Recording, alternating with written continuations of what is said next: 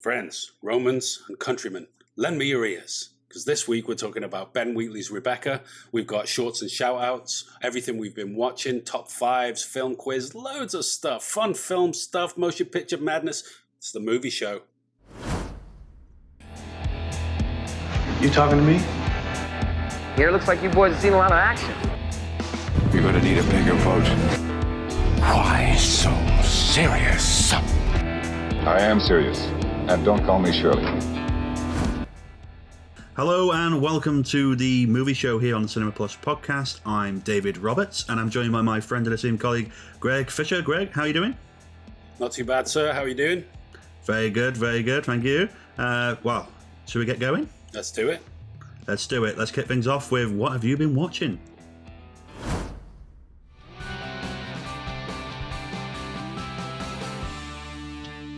We kick things off with what have you been watching, where we talk and discuss some of the films we've been checking out this week and see what we thought of them. So, Greg, what have you been watching? What I've got for you this week is a documentary film called The Dawn Wall. It's 2017, and it basically follows a climber called Tommy Caldwell. And the Dawn Wall is a part of El Capitan in Yosemite National Park. There's many different places on El Capitan, and they've all got different names. And the Dawn Wall, I suppose it's called that because, that's the first part of the mountain to see light when the sun rises.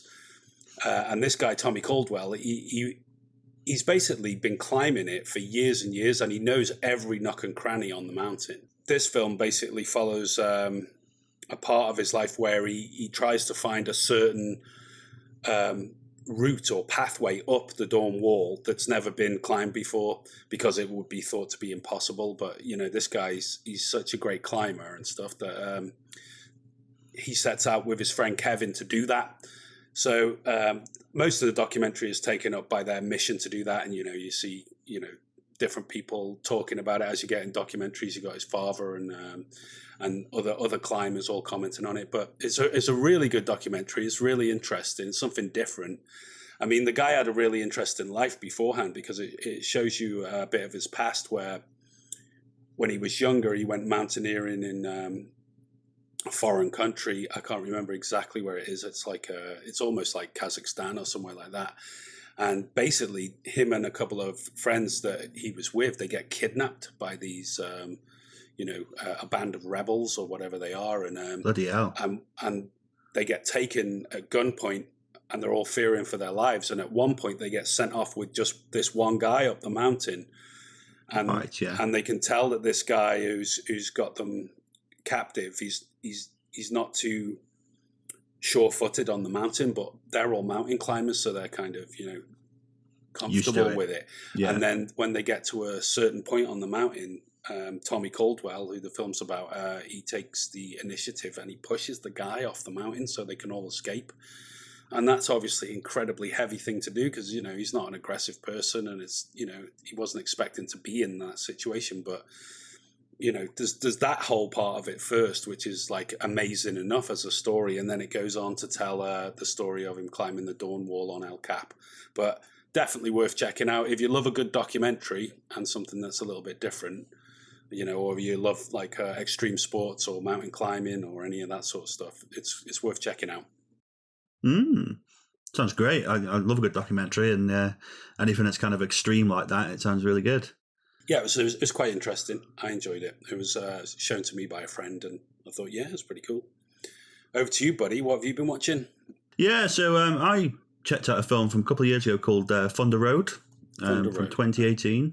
It's an American comedy drama. It was based on a short film that had come out 2 years prior to it in 2016, so it was they'd made the short, it got success, so they made a feature by Jim Cummins, who directs it and plays the lead role of the police officer Jim, just using his own name. Right. Why not? Why not? Make it easier for yourself. It does, when people are saying, hey, Jim, he's like, hey. Yeah, that's me. But it's interesting. It follows this police officer Jim. He faces a personal meltdown following a divorce and the death of his mother.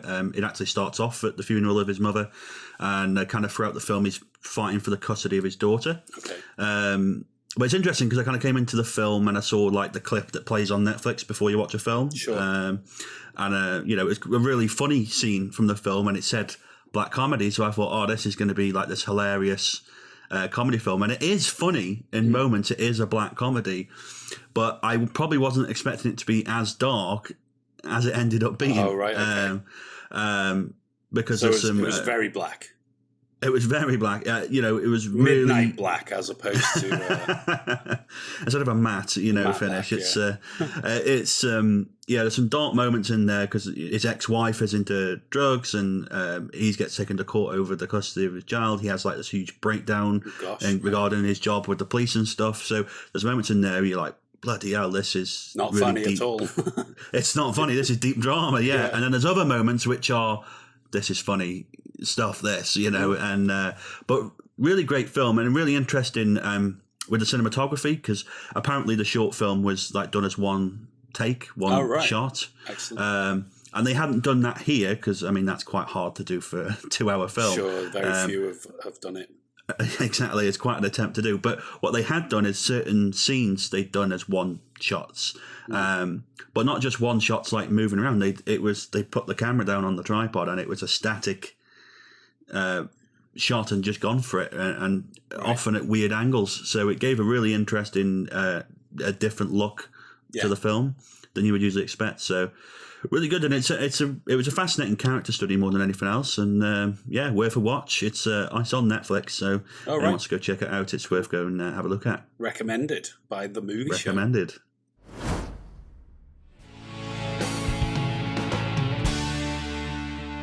So this week's movie of the week is Rebecca, which is the new Ben Wheatley romantic thriller on Netflix. It's, of course, based on the 1938 novel of the same name by Daphne du Maurier, and, of course, it was originally brought to the screen in 1940 by Alfred Hitchcock. It was Hitchcock's only film to get the Best Picture Oscar. The film tells the story of Maxim de Winter and his young newlywed wife, who arrives at her husband's imposing family estate on the windswept English coast and finds herself battling the shadow of his first wife, Rebecca, whose legacy lives on in the house long after her death. So we'll get straight into it. Greg, what did you think? Well, I thought it was a good effort. I don't know Ben Wheatley, and I feel like I should do because there's a couple of our good friends on Twitter there that have mentioned him and a couple of his films. And every time I've seen him come up, I thought, geez, I need to check that out. I'm completely ignorant. I don't know enough about him. But when you see a name kicked up a couple of times, you know that you've got to get in there and check it out. So there's more of his films I need to see. This is the first film of his that I've seen. It's Netflix production, so I think they're definitely getting a certain name for themselves in terms of their production. Everything is like super expensively rolled out. There's lavish costumes, great locations, wonderful sets. There were parts of it in terms of production that reminded me of The Crown. Yes. And that was like a telltale sign. You think, well, you can tell it's Netflix because of that. They're getting a certain look to all of their films that, you'll either love or you hate. So obviously this one was looking very nice. Had Armie Hammer as Maxim, whatever. He played the role, I guess. I'm not a massive fan of Armie's, but he's okay. And he was all right as Maxim. I thought Lily James as Mrs. De Winter was really good. I thought she played a good role. I'm a fan of the Hitchcock like you are, and I'm a fan of the original film with Laurence Olivier, and I thought it was not a patch on that. It wasn't a Hitchcock remake, it was just a retelling of the Daphne du Maurier story, as you said. But, being familiar with and loving the Hitchcock film, to watch this was kind of like... okay, let's tread this water again and let's see what they've done. When it started playing, I thought it was incredibly romantic, that whole meeting between them in the hotel there. And she's working for that mean old, isn't she, that, nobody likes. And she played a good role, by the way. She did, that actress, she was good in it. But so all that stuff at the start was quite romantic, and it's it caught me off guard really. I'm not a massive fan of like romance films, like most blokes aren't. But when you actually start watching it and your heartstrings start being plucked, it's kind of like, you kind of enjoy it secretly. They're sort of caught in one another, and he's sending her notes, and she's like, and it's like, oh, this is quite nice, God love kind of him. sweet, isn't it? Yeah, before all the darkness is going to kick in when they get to Mandalay. But the real star of the show for me was Kristen Scott Thomas as Mrs. Danvers. She played an excellent role. She's custom made for that, don't you think? Yeah, I think she did a good job. It's Mrs. Danvers is the most interesting character in it, and that's kind of the perfect kind of villain in the piece. And I think she did a really good job of playing the role. It's just unfortunate, I think. If you took the film on its own, as we were saying about it being a remake, if there wasn't the original to compare it to, or you hadn't seen it, it's very good. And particularly, Kristen Scott Thomas here is great in that performance. But the original Mrs. Danvers is played by Judith Anderson, and she's often been voted as one of the most terrifying villains on screen in lists and stuff. And I think it's just not quite as good as that. No way. There's nothing about the Netflix film that is as good as the Hitchcock one. No. There's nothing. I mean, Hitchcock's one's got atmosphere straight away, and this, to me, it didn't have atmosphere in that same sense. It was just a very pretty Netflix production with, new actors and a new spin on it. But, this thing... I think it's a very good modern adaptation, and I think for audiences that perhaps would struggle, because there is people who don't like them older films in 1940 black and white, they probably wouldn't watch that. Idiots, it's a good... you mean? Yeah. But for them, actually, it's a good film for them to watch because it is a good story. Yeah, and it's a good production of that story. So I think it's well made and it is beautiful to look at. They've done a really amazing job, as you said. Netflix has that reputation now that we all know. But, that were restrictions from back in 1940 that lend itself to the atmosphere, as you mentioned, from the original film, and that tension. The Hays Code was in effect, so the ending is very different, which we won't spoil for people, but the ending's very different. Yeah. They didn't show Rebecca in the original, and I think that's more powerful because it's the unseen villain in the background, the unseen entity.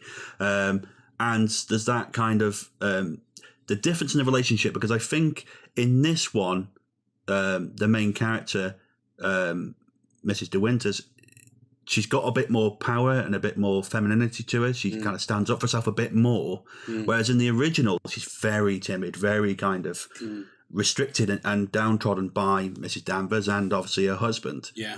And I think that lends itself better to the story that's being told. Sure. And that's why it's more frightening, more kind of tense in the original. Yeah. And that doesn't get quite captured here. No, and I don't think it's Ben Wheatley wasn't setting out to remake a Hitchcock. He was just adapting Daphne du Maurier's story for his own purposes and, for Netflix. So it isn't per se a remake in that true sense. It's just a story that's been remade. Yeah. And they've done their own thing with it, as you've said. So it was okay. Some people will enjoy it. If it's not really scary. And I felt, or creepy, and I felt like Hitchcock's version is definitely creepy. But it's worth a watch. It's worth one spin. It wasn't a terrible film, but certainly not the best film I've ever seen. No, exactly that. I think it's worth a watch. It's worth going and checking out. But it's nothing special. I mean, when you said we'll do Rebecca, I kind of thought, oh, God. But then when I started watching it, I thought, it's not so bad. So there you go. Yeah, a lot better than I thought it would be, it was always nice. And I'm certainly going to check out more Ben Wheatley stuff because it was well directed. It was a well put together film, so I'll certainly be checking out more of his stuff. Now it's time to go over to our favourite movie mogul mafioso, Don Corleone, for another film review. Salutations, this is Don Corleone with another film review for the movie show on the Cinema Plus podcast. This week's film is called Friday the 13th, Part 3. It's about a redneck called Jason, who's very angry because the figurehead that he worships has been defeated. You can think of him as like one of these Trump fanatics, not to gifted in the brains department. And he's angry because he's surrounded by liberal bunny huggers like these two, who sit around watching fake news and voting for affordable housing and healthcare for all. Suffice to say, Jason doesn't prescribe to these views, and he's hell-bent on wreaking havoc on anybody who does. I think you get the point. So predictably, there's a bunch of do-gooder kids in the neighborhood, spreading their liberal values and enjoying a carefree and normal life. They're campaigning to decriminalize marijuana for recreational use, and in Jason's tiny mind, they're responsible for the collapse of Western society as we know it. So when they decide to go canvassing at his house, well, he goes to town on them one by one. He starts out on the environmentalists. Bang. No more complaining about fossil fuels or rising sea levels for you. Next, he turns his attention to the LGBTQ community. I mean, this guy won't be visiting the YMCA for a while. Let's not forget about the hippies. Here's Cheech and Chong making some popcorn. He doesn't realize what kind of mortal danger he's in before it's too late.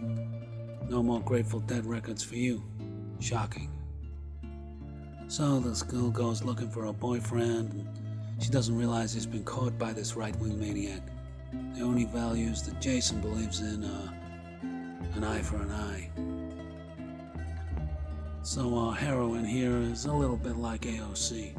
She's young, talented, intelligent, and she won't give up without a fight, even if all her allies are being thrown about like ragdolls. Watch out, AOC. Here comes the red wave. So she does what she's trained to do, and she uses her education against this moron. Every redneck's worst nightmare. Books. Well, that only works for a short time, and this jabroni keeps on coming. What we see here is a tribute to Stanley Kubrick's film The Shining. Like all good liberals, she comes out of the closet fighting and eventually sticks her toothpick into his kneecap. But that just makes him mad. So she uses the window of opportunity to try and escape. But she almost blows it because he catches up with her. Lucky for her, he drops the ball. Now, as you can see, these two are completely at loggerheads. So AOC tries to escape in her new hybrid vehicle. She attempts to run Jason down on her way out, but he's too quick for her. Unfortunately, these new hybrid vehicles, they don't hold charge for very long, and she's out of fuel. Give this hockey-masked hick time to catch up with her. Anyone who's ever trapped their limbs in a vehicle window will know how much this hurts. He's gonna have to use his head to escape from this one. So just when he thinks he's disposed of all the liberals, he's attacked by Black Lives Matter. But unfortunately, Black lives do not matter to a redneck like Jason. But that gives our girl just enough time to find an axe and put it to good use. There's no way a hockey mask is going to save him from that kind of lethal force. Game over. I saw this one on a TCM party with James Woods and John Voight, who both loved it. I give this film 2 Corleones out of a possible 5. I'll catch you next time.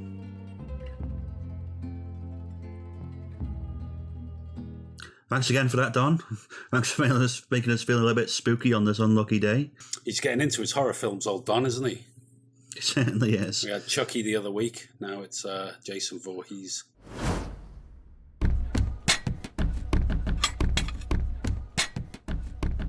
Okay, it's time for movie news, where we talk about some of the goings on in the film industry this week. So, Greg, what have you got?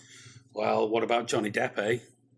Well, yes. He's lost his libel case, let go of, in terms of the Fantastic Beasts franchise. Forced to resign. Well, yeah. I read that he volunteered to, and they said, yeah, that'd be fine by us. So, well, I interpreted from the statement was that they'd asked him to resign and he just agreed to. Oh, right, okay. Well, there we go. So, yeah. Which I think it's a bit distasteful from them that we're dropping you. You know, it's Well, I suppose these things happen when it wouldn't be the case if he'd won. Obviously, good job it's not in the middle of the Pirates of the Caribbean franchise, because he's done well out of that. it's just very strange circumstances. I'm guessing they've done it to try and go, oh, we're trying to save ourselves face from a PR perspective. Yeah. But I think actually that's just created. It's flown straight back in their faces, really, because if you look at the reaction from Twitter and the fans, they're not impressed at all, really. So what do you think? Something it. like this survivable? I mean, for an actor of Johnny Depp's status, is he going to bounce back at some point? Like, I mean, look at someone like Mel Gibson, who's basically blatantly, a bit of anti-Semitic, a son of a, and not just that, a domestic abuser. Yeah. If you listen to those phone calls he left his ex-wife and stuff, this is the, rantings of a deluded man. But now he's making movies again, and he's. I always find, like with Mel Gibson, he kind of wormed his way back into it because he's talented. He is a great filmmaker. He can make a bloody good film, but does that mean that people will still want to go and see his movies or not? I don't know. So there's a good chance Johnny Depp can survive this in that sense. I think he will. I'm absolutely sure that someone will ring him up and go, "We've got this opportunity. Come and be in our film, Johnny." I have no doubt that will happen. Yeah, dark times at Johnny Depp's place at the moment, anyway. Certainly is. Well, in other news, Dog Soldiers. Remember that? Oh yeah, Dog Soldiers. Yeah, it was a British one, wasn't it? Yeah, obviously where the soldiers are in the woods and they get overrun. I remember it being werewolves. quite a popular rental. That it was. It's one of those kind of cult classics. But the recent kind of talkings from Neil Marshall and Kevin McKidd are that they're going to do a sequel all these years later, which could either be terrible or be brilliant. So I mean, they can go one way or the other. But apparently, it was originally written as a trilogy, and so they've decided that they'd like to actually put that into action, kind of thing. Well, I thought, like I say, the first one was popular. It was certainly popular on rental at the time. People seemed to love it. I thought it was all right. It was some funny stuff in it. Sean Pertwee was in it. He's one of my favourite British actors. I think he's underused and he's really cool. So he was great in it. But as for a sequel, whether it'll be any good or not, I don't know. I mean, it almost feels like it was that long ago. You could reboot it, but there we go. I mean, talk about things being resurrected from the past that you wouldn't expect. Apparently, Jared Leto has been asked to come back and play the Joker. What do you think of that? Really? Apparently so, yeah. Apparently he's going to be cast again as the Joker, back by popular demand, apparently, in the Zack Snyder Justice League thing. Popular demand for Jared Leto as the Joker. Apparently there's an army of fans out there that absolutely loved his portrayal, even though the rest of us mere mortals thought it was a load of, But apparently he's coming back. But the weird thing about it is, I thought Joaquin Phoenix kind of been set up to play the Joker now, even though that was supposed to just be a standalone film. But I thought maybe somewhere further down the line he's going to be, the Joker in the Robert Pattinson story, which would be fantastic because everybody loved Joaquin Phoenix as the Joker. But apparently, it's a much better performance. Yeah, and it seems a very odd choice as well. Not just because I don't think the performance was very good and it wasn't very well received at the time, and from what I understood, and I certainly didn't like it. But also his behaviour on set was cause of quite controversy at the time, wasn't really? it? So, I don't know. I didn't know about that. What happened there? Well, he apparently was sending like weird presents, like feces and stuff, to people on set to kind of. Oh, he's doing a method. Was he doing a method? Yeah, the extreme method, as we would refer to it. Going a bit. To quote Captain Willard, I don't see any method at all.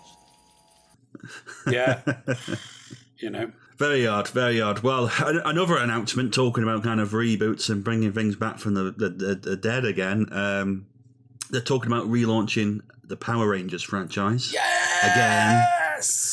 As a kind of Marvel-esque kind of... They're all trying to do this now, Didn't they just aren't bring this back a few years ago? So yeah, in 2017 they did the Power Rangers movie, which went down like a lead balloon. Really? Bombed at the box office, was critically panned. So it kind of got dropped then when they tried to do it. Yeah. But now they've decided they want to do, as everyone seems to want to do these days, we're going to do a Marvel, we're going to have a universe. Universal have done this with their Monsters universe, and DC are trying it. And now apparently Power Rangers, E1 and Hasbro are getting together, and they want TV shows, movies. They want to sell toys. That's what it is. They're of course, going to put more plastic crap into the world with these little toys, and that's the whole point of it. It's almost like He-Man and Masters of the Universe. It was just created to sell toys. But the kind of thing for me was like, as soon as they said kind of universe, because I thought, oh well, a good Power Rangers movie would be good, I loved the old Power Rangers back in the day. But when they said, we're going to create a universe, I thought, what's this now? Going to be like Blue Ranger, the TV series, or something, And it's like, isn't that just taken? It's like. It sounds awful. Power Rangers was a little bit after my time. I didn't really get onto that because, I'm an old fart, and I think it was more of a 90s thing, than an 80s thing. It was, yeah.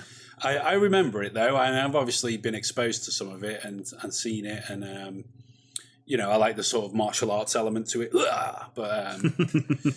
But yeah, just, regurgitating the same crap over and over. With Marvel and DC, I can kind of understand that they expand their universe because there's a whole wealth and history of source material and it's already expanded, isn't it? Yeah, it's exactly. like they already did crossovers in the comics and stuff. Whereas so it was like Power Rangers just seems like, really?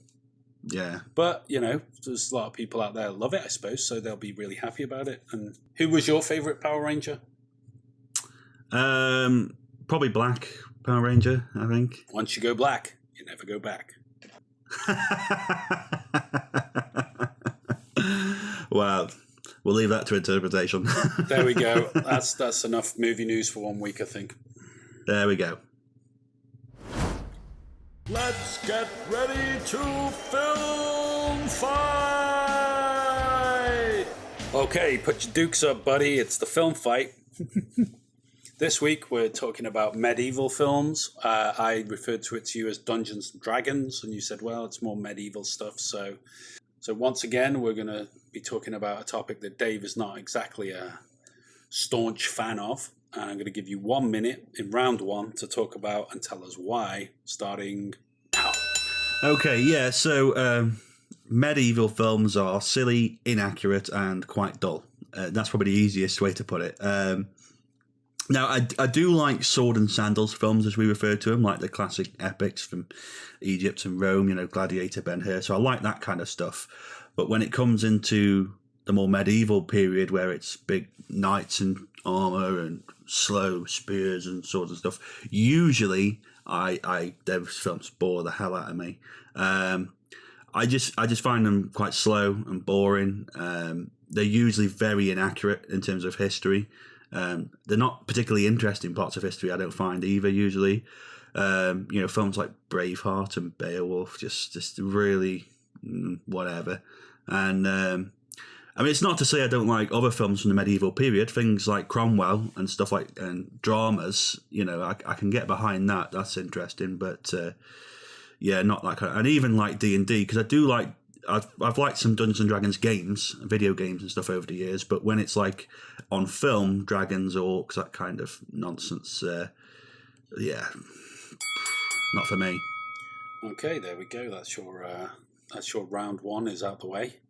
Let's get straight into round two, where I respond, starting now. Okay, so medieval films, Dungeons and Dragons, all of that sort of stuff. I mean, before I get into it, Cromwell is not medieval. Medieval period? No way, get out of it. That's like, 400 years after. Anyway, we'll have a proper fist fight about that afterwards.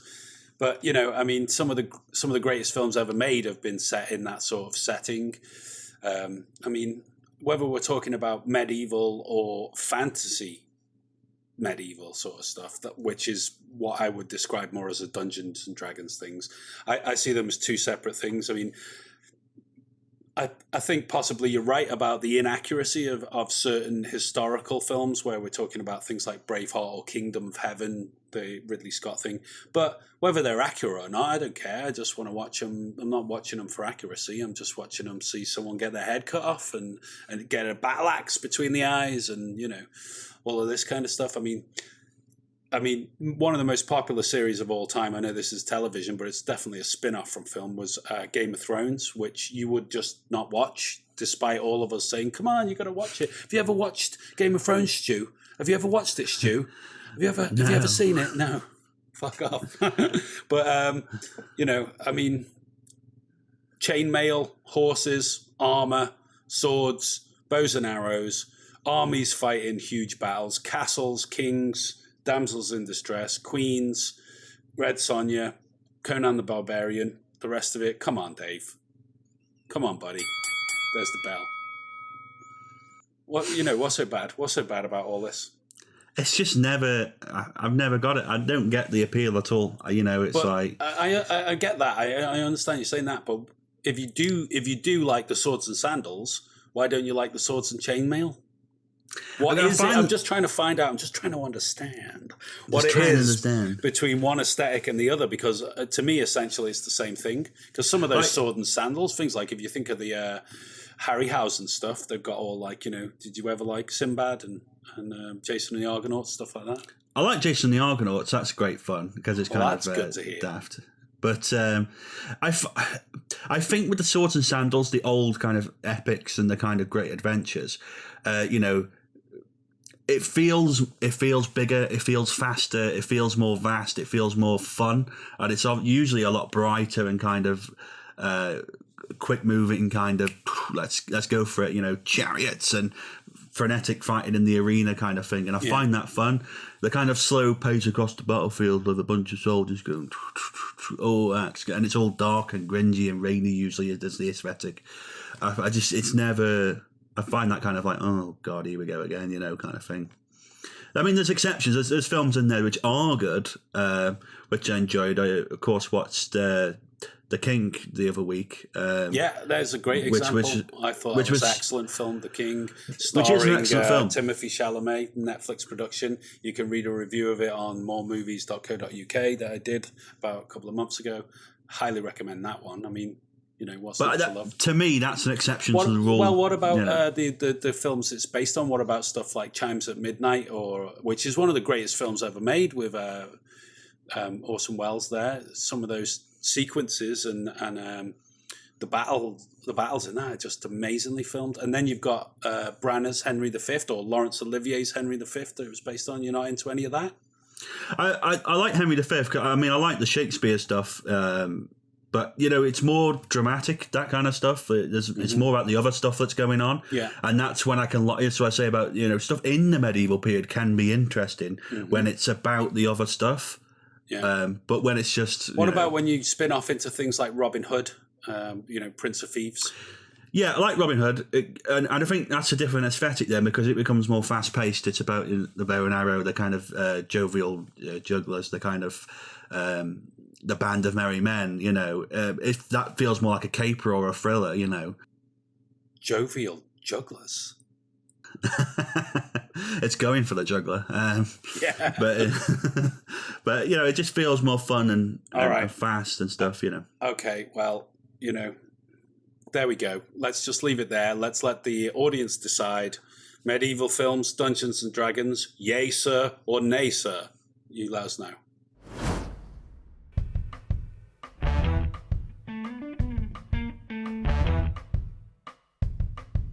Time again for the film quiz, where I'm going to grill Greg's knowledge on cinema and see how well he knows it. We've got 10 questions for you.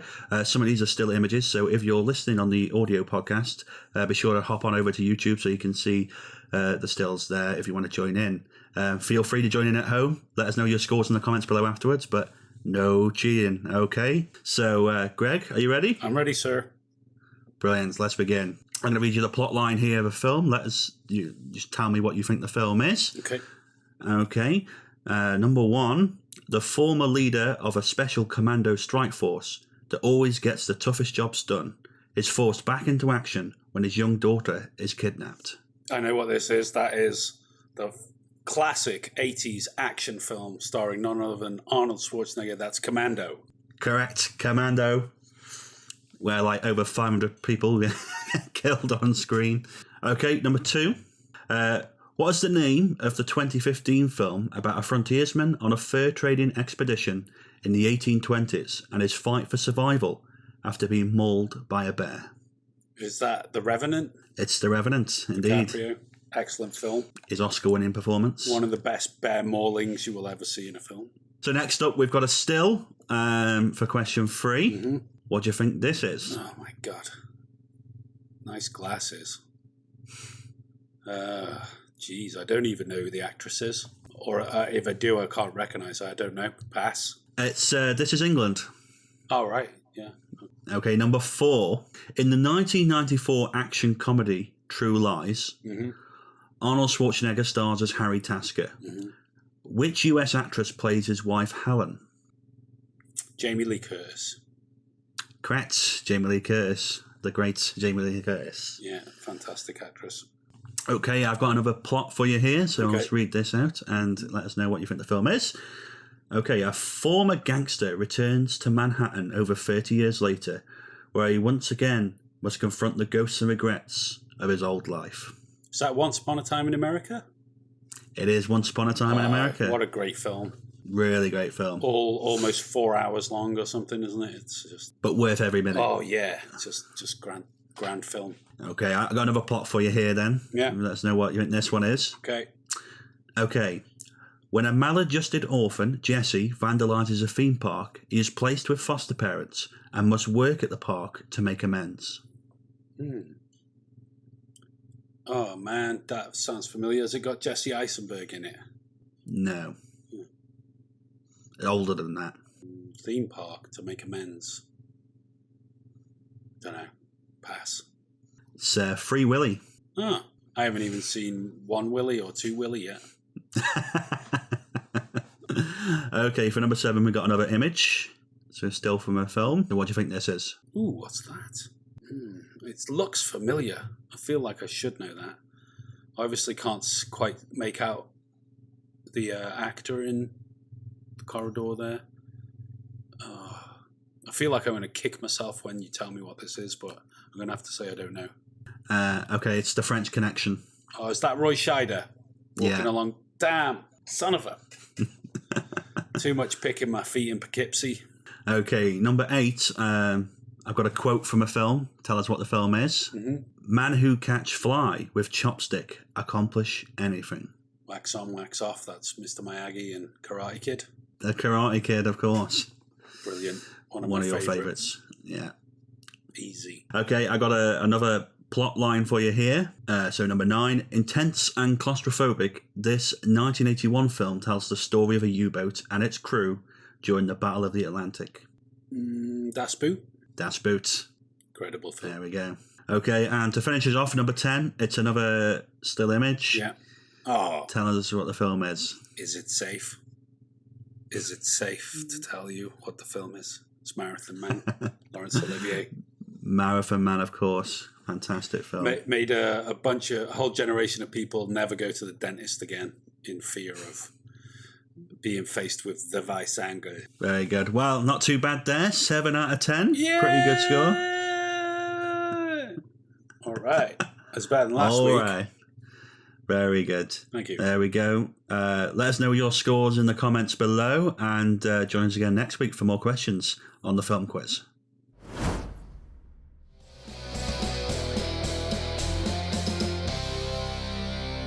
Okay, Pop Pickers, it's top 5, and this week we're doing our top 5 80s comedies. So let's get straight into it. At number 5, what have we got? Let's have a look. Ooh. Ooh. Oh, well, yeah, I've chose Midnight Run. Excellent choice. Of course, I've gone for Coming to America there. I love Coming to America. That's such a funny film as well. I thought I'd put Midnight Run in. It's a good action comedy. We did a podcast about it, so check it out on the YouTube channel here. We both, that was one of our earlier podcasts, favourite films, so go and check that out. to know what Dave and I thought about that film. But yeah, coming to America, Dave, they're making a sequel. They are. It should be interesting. I hope it's good because I love the original. Oh, me too. I think it's Eddie Murphy's best work. I wonder whether Arsenio Hall will be in it as well again, and they'll both. I hope they'll both play loads of parts. My favourite was the old barber's shop. Yes. Oh, that's classic. Yeah, when James Earl Jones goes in because he's come over from Zakunda or wherever it is, and he's looking for his son Eddie Murphy. He's like, "I'm looking for my son." And he's like, oh, "Okay, take a seat. Chair number 5 will be ready in a minute." Hey, what's up, brother? You a little late for the Christmas pageant.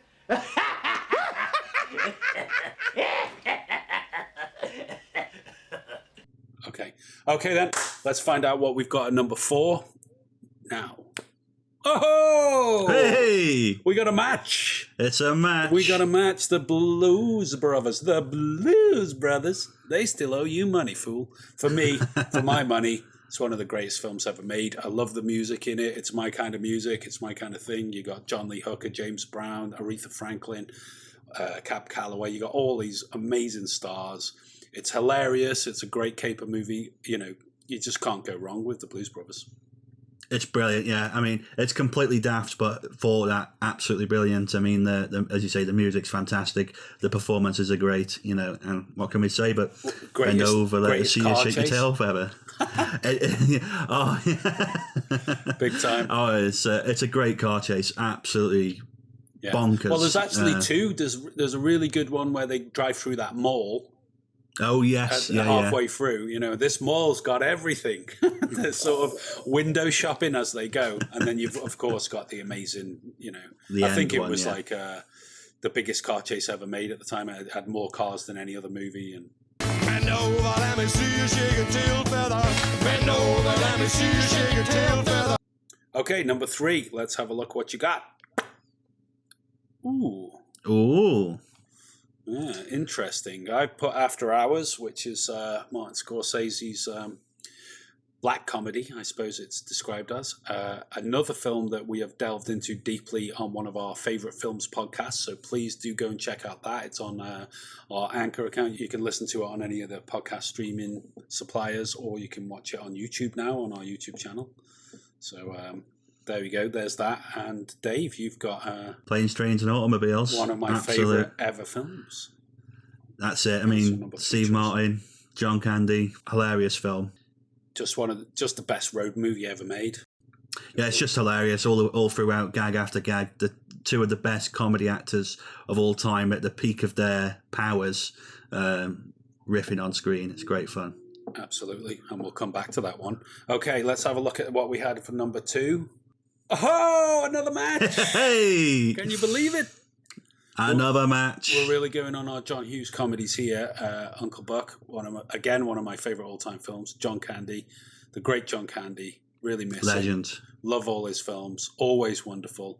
Uncle Buck's just gets me in the feels every time. Such a good movie. That's it. It's a lovely film. It's hilarious and really a really lovely drama at the same time. Early appearance from Macaulay Culkin as one of the kids in there. He's really funny in it as well. And of course, John Candy's just electric on screen. You know, some hilarious lines in that film. That bit with the clown, "Get in your mouse, get the hell out of here." There's also some really touching and emotional moments, you know, like where he's sitting there and he's looking through the wedding album and he pulls the photo out and he unfolds it and he realizes they folded him out. And it's like, yeah. It's really like... tells you everything you need to know without... but that's what John Hughes did best, didn't he? I think in all his films, he was great at combining that drama and that emotion with the great comedy of the time. So excellent. Terrific stuff. Love Uncle Buck. Glad we both chose that as well. Okay, so that brings us down to the top spot, the number 1 spot. Numero uno. Let's see what we had for number 1. Oh! There we go. 2 movies with the word plane in it. You got Airplane. I had Planes, Trains and Automobiles. Well, I'll just quickly say Planes, Trains and Automobiles, as I've already mentioned, because you had it in your top 5. One of my favourite all-time films. Greatest ever road movie. Steve Martin is hilarious in it. But John Candy, I mean, you know, what a great job he does of playing the most annoying, idiosyncratic travel companion anyone could ever have. Absolutely amazing film, as we said, one of the best road movies ever. Just fantastic choice. And very much like Uncle Buck, we were just saying, it's quite emotional ending as well. Yeah, it is, and because they come together in the end, it's that similar kind of thing. Well, also, I think just that you find out that he's been lying the whole way through. His wife's dead, and he's not got a family, and he's just transient. He's got no home. He's moving about, and when Steve Martin realizes that, and he goes back for him, and he's like, "Del, it's what a really are you beautiful doing?" moment. And he takes him home for Thanksgiving. Jeez, what a great film! But Airplane. Now, I didn't even think about that one, to be honest. I always think it's like late 70s, but it's not. It's actually 1980. It's packed with visual gags, isn't it? It is. To me, it's the best comedy film perhaps ever. Really? Just because I think, it's not even the long, it's only about 90 minutes, isn't it? It's quite a short film. But they pack so much into that 90 minutes, don't they? It's jam-packed with jokes. I can't think of another film that is packed with that many gags that are that good, because every gag is an absolute winner, all the way through. My favourite stuff's the Lloyd Bridges. Looks like I picked the wrong week to quit sniffing glue. All that. He's got all those vices. They keep getting worse. Getting worse as it goes through. Yeah, but it's just a great film, and it really launched Leslie Nielsen into that kind of stratosphere. Of course, he'd already been an actor for years before this, but this launched him into that deadpan comedy role, and just amazing. Of course, he goes on and does Naked Gun, Naked Gun, and all that stuff. Yeah. And even when he did the Scary Movies years later as the president and stuff like that, was still hilarious. But this is just perfect performance. The delivery of some of those lines is just. It's still quoted to this day in everyday life. It's genius. Superb. Well, there we go. There's our top 5 80s comedies. There's 7 films there that are all hilarious. You do well to check any of them out or rewatch them and have a damn good laugh, because remember, laughter is the best medicine.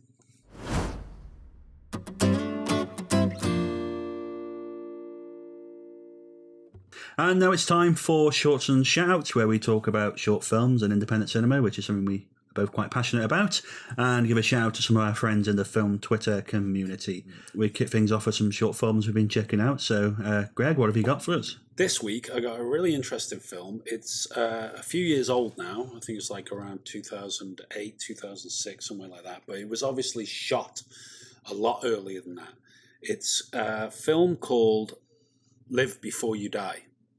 Now, this is kind of, in a way, that's a sort of credo, a way to think about life, to really, this is a film that makes you think about actually living, because there's, a school of thought about, are you living or are you just surviving, just getting from one day to the next and just trying to survive, or are you actually getting the most from your life and actually living and experiencing this wonderful world that we live in? So this film, Live Before You Die, is basically, it's a British thing, and it was shot on, I think it was described as some sort of like hand-cranked Russian 8mm camera, if you can believe that. The synopsis on the Vimeo, as you can read, we'll put as usual, the links down for you to see these films. The synopsis for this says, travelling the length of the country and back again with a pair of horses and gypsy caravan, Live Before You Die is the ultimate horse-drawn road movie following a band of travellers with handcarts, goats, donkeys and ponies along green lanes to the fairs and festivals of England. So, it was shot by this guy, Tom Lloyd, and the footage remained in the can, untouched, for 13 years, and it was brought out in 2008, and they put together this very short but very beautiful film. So it is about people that choose to be travellers, and it's just like it's quite poetical. There's some really beautiful shots in it, and just for that 5 minutes that it plays, if you're a certain type of person, it should ignite in you this passion for being truly alive and experiencing the best in life. I found it really moving and a beautiful film. I watched it about 3 times in a row. It was shown to me by a good friend of mine who actually knew some of the people that were in the film, including the woman that narrates it. She appears in there somewhere as well. But yeah, it was just something really different, quite poetical, and yeah, a really good sort of, spirit of freedom and a reminder to actually live your life to the fullest while you've, got the opportunity to.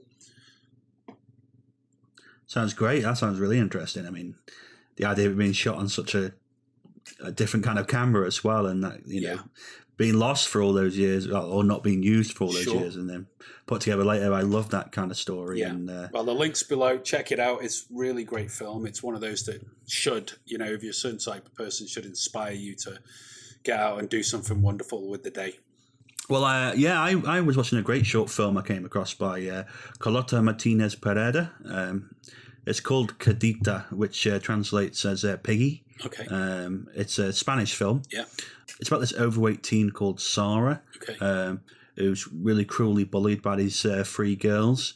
And it kind of kicks off at the swimming pool, and she's mocked by them and taunted with this fishing net and stuff.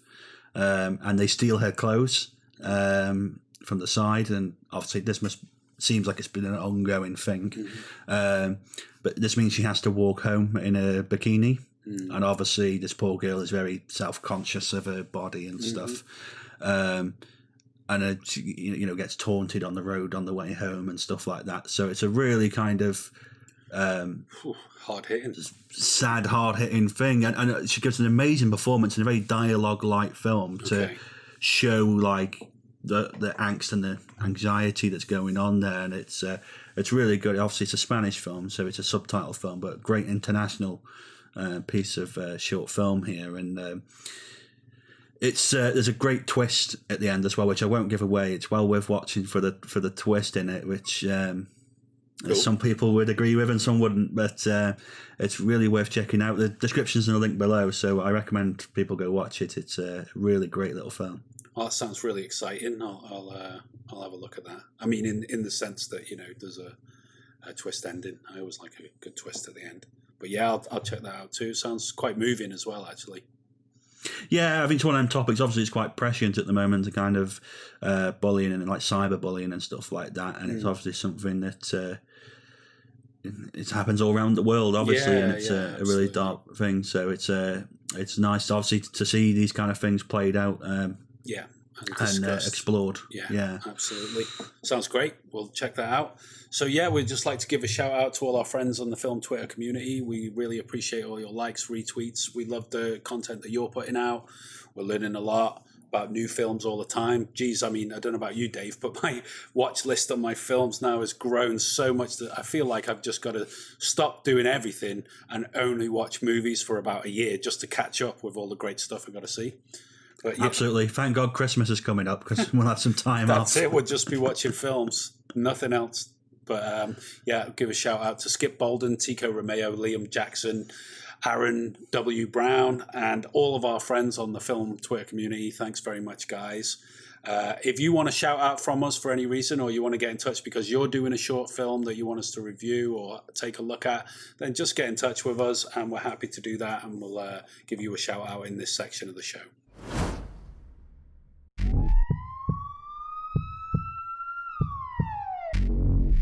Okay, it's medication time, Dave. It's time for you to take your pills, red or blue. Are you ready? This week, the topic is Batman. Brilliant. One of my favourites. The Cape Crusader himself.